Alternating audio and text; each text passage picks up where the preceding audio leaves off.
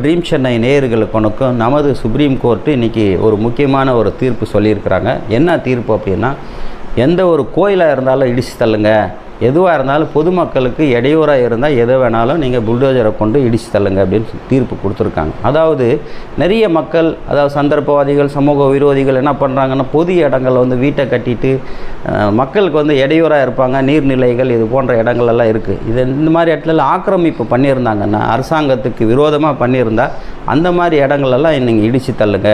அது மட்டும் இல்லாமல் பொதுமக்களுக்கு இடையூறாக சாலை ஓரங்களில் கோயில் இந்த மாதிரிலாம் கட்டியிருந்தால் கூட நீங்கள் எந்த ஒரு இது இல்லாமல் இடித்து தள்ளுங்க அப்படின்னு சொல்லி உத்தரவு போட்டிருக்கு. எனிவே இது அவங்க கோர்ட் சொல்கிறது கரெக்டு தான். அதாவது பொது இடங்களில் பொதுமக்களுக்கு இடையூறாக இருக்கின்ற கட்டிடங்களை இடிக்கிறதுல என்ன தப்பு இருக்குது சொல்லுங்கள்.